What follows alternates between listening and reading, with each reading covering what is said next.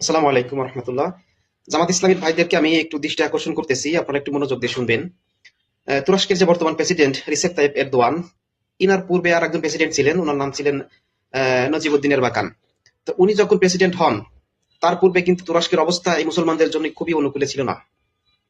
উনি যখন প্রেসিডেন্ট হন, সেই নির্বাচনে যখন একে পার্টি তুরস্কের ক্ষমতায় আসে, তো এক একজন ভোটারের কাছে গড়ে 19 বার করে যাওয়া হয়েছিল। একটা পরিসংখ্যান দেখা গেছে যে একজন ভোটারের কাছে গড়ে 19 বার যাওয়া হয়েছিল ভোট চাওয়ার জন্য।